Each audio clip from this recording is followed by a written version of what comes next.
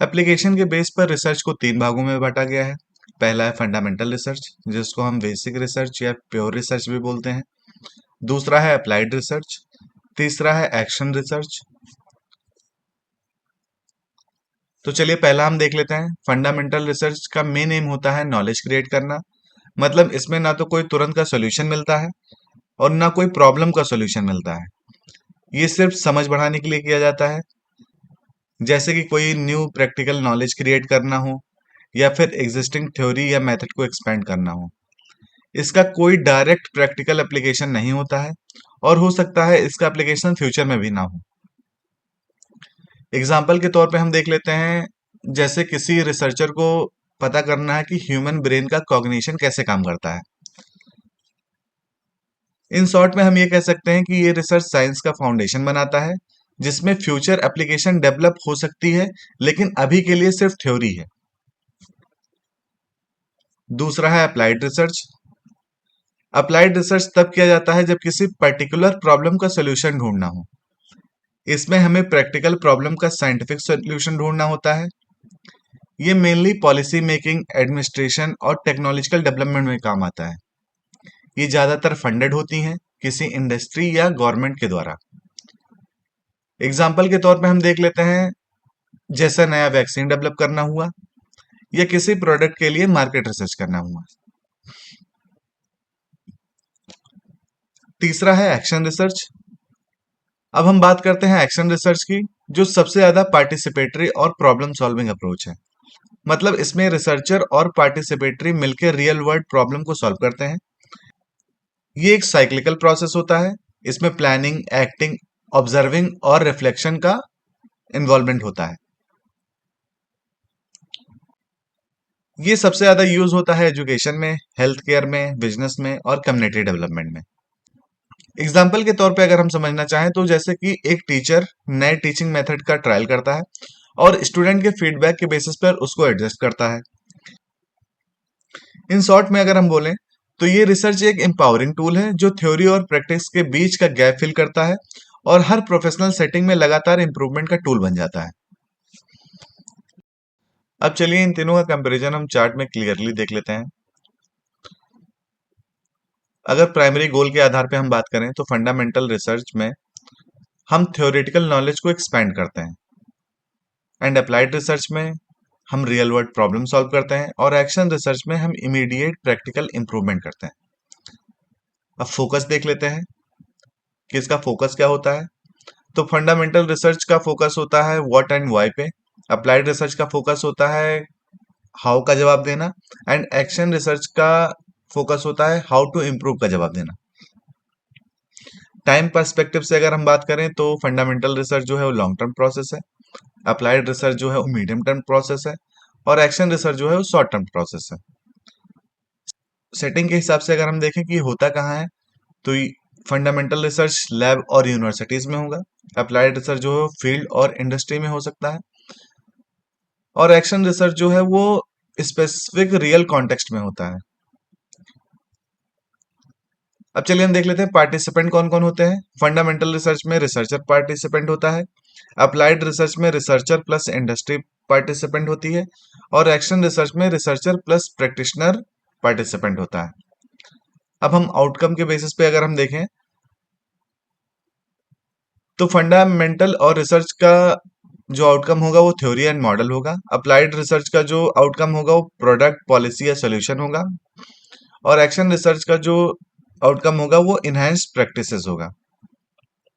अगर जनरलाइजेबिलिटी के आधार पे हम देखें तो फंडामेंटल रिसर्च हाईली जनरलाइजेबल है, अप्लाइड रिसर्च मॉडरेटली जनरलाइजेबल है, और एक्शन रिसर्च लो जनरलाइजेबल है, क्योंकि एक कॉन्टेक्स्ट स्पेसिफिक होता है।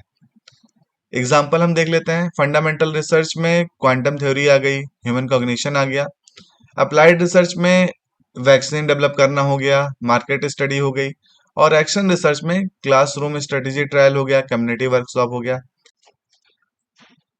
लॉजिक के बेस पे अगर हम देखें तो रिसर्च दो तरह के होते हैं, डिडक्टिव और इंडक्टिव। चलिए अब हम पहला देख लेते हैं, डिडक्टिव रिसर्च। डिडक्टिव रिसर्च को हम टॉप डाउन या जनरल टू स्पेसिफिक अप्रोच भी कहते हैं। मतलब हम एक एग्जिस्टिंग थ्योरी से स्टार्ट करते हैं और फिर देखते हैं कि क्या वो थ्योरी रियल वर्ल्ड में सही बैठती है या नहीं। इसको अगर हम 3 सिंपल स्टेप्स में समझना चाहें इस थ्योरी को, तो इसमें पहले थ्योरी से हाइपोथेसिस बनाओ, फिर डेटा कलेक्ट करो हाइपोथेसिस टेस्ट करने के लिए, और फिर तीसरा है डिसीजन लो कि हाइपोथेसिस एक्सेप्ट करनी है या रिजेक्ट। ठीक है, जैसे एग्जांपल अगर हम लें कि सारे आदमी जो है वो मॉर्टल हैं और सॉक्रेट जो है वो एक आदमी है, और तो फिर जो सॉक्रेट है वो मॉर्टल होगा। ठीक है, मतलब हम एक जर्नल स्टेटमेंट से शुरू किए और एक स्पेसिफिक आर्ग्यूमेंट पे पहुंचे। इस अप्रोच में रिसर्चर पहले से तय थ्योरी को टेस्ट करता है और इसमें मोस्टली एक्सपेरिमेंट या सर्वे यूज किया जाता है। दूसरा हम देख लेते हैं इंडक्टिव रिसर्च। इसको हम बॉटम अप अप्रोच या स्पेसिफिक टू जनरल अप्रोच भी कहते हैं। इसमें पहले स्पेसिफिक ऑब्जर्वेशन करो, फिर पैटर्न आइडेंटिफाई करो, और फिर जनरल कंक्लूजन या थ्योरी फॉर्म करो। अब एग्जांपल से अगर हम इसको समझें तो सॉक्रेट इज अ मॉर्टल, ठीक है, ये स्पेसिफिक है। अलेक्जेंडर इज अ मॉर्टल, अलेक्जेंडर भी मॉर्टल है, ये स्पेसिफिक है। प्लूटो जो है वो भी मॉर्टल है, ठीक है, और बहुत सारे ऐसे लोग जो हैं वो मॉर्टल हैं। तो जितने भी मैन होंगे वो मॉर्टल होंगे, एक जनरल स्टेटमेंट हो गया। मतलब इसको हमने जनरलाइज कर दिया कि अगर राम मॉर्टल है, श्याम मॉर्टल है, सोहन मॉर्टल है, रोहन मॉर्टल है, तो जितने भी आदमी हैं वो सारे आदमी मॉर्टल होंगे। ये जनरल स्टेटमेंट पे हम पहुंच गए, एक स्पेसिफिक स्टेटमेंट से जनरल पे। और डिटेक्टिव में हम जर्नल से स्पेसिफिक पे पहुंचते हैं। ठीक है, इंडक्टिव रिसर्च का काम होता है नए पैटर्न या थ्योरी डेवलप करना, और इसमें ज्यादातर क्वालिटेटिव मेथड यूज होता है, जैसे इंटरव्यू, ऑब्जर्वेशन, फोकस ग्रुप। अब चलिए इन दोनों का कंपैरिजन देख लेते हैं। डेफिनेशन हमने देख रखी है, deductive research top down, inductive research bottom up. Logic flow कि ये चलता कैसे है, तो डिडक्टिव रिसर्च में अभी हमने देखा कि ये थ्योरी, फिर हाइपोथेसिस, फिर ऑब्जर्वेशन, फिर कंक्लूजन। इंडक्टिव रिसर्च में पहले ऑब्जर्वेशन, फिर पैटर्न, फिर हाइपोथेसिस, फिर थ्योरी।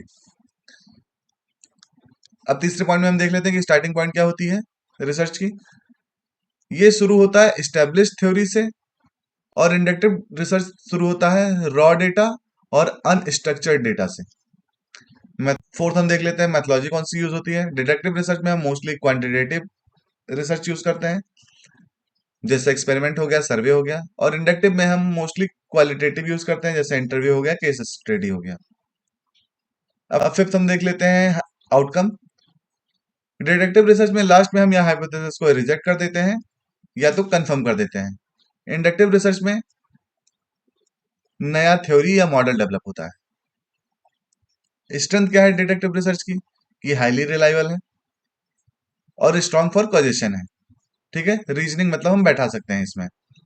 इंडक्टिव रिसर्च में ये एक्सप्लोर करता है न्यू आइडियाज को और यूजफुल इंसाइट्स देता है। ठीक है, लिमिटेशन क्या है, डिडक्टिव रिसर्च ये इनिशियल थ्योरी तक लिमिटेड है और बहुत ही कम फ्लेक्सिबल है। ठीक है, इसको हम ज्यादा तोड़ मरोड़ नहीं सकते हैं। इंडक्टिव रिसर्च जो है वो जनरलाइजेबल नहीं है और रिस्क है रिसर्चर के बायसेस का।